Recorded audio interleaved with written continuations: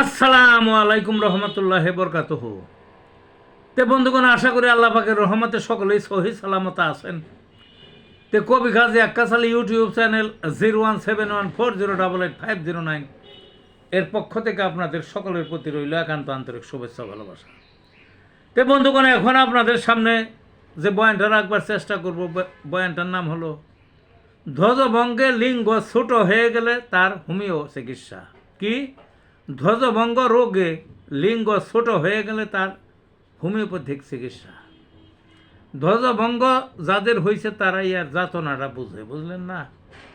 এই রোগে লিঙ্গ ছোট হয়ে যায় কারো কারো, এমনকি ছোট হইতে হইতে কাসিমের মাথার মতো একের ভিতরে ঢুকে যাওয়ার অবস্থা, একেবারে ছোট্ট। কি দুরবস্থা, বুঝছেন না?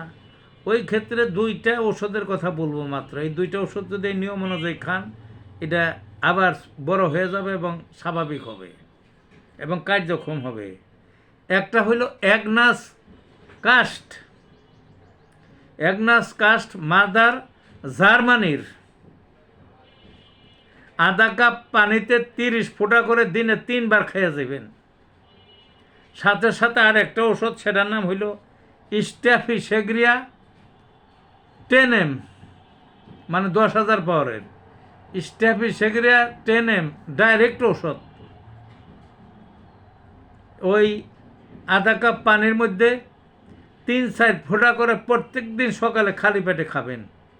এই দুইটা ওষুধ এইভাবে খেয়ে যাবেন, দেখবেন যে বেশি দিন লাগবে না। দেখবেন যে ওই ছোট্ট লিঙ্গ যেটা ছোট্ট হয়ে গেছে ধ্বজভঙ্গে, সেটা আবার বড় এবং স্বাভাবিক হয়ে যাবে। তো ভালো থাকুন বন্ধুগণ।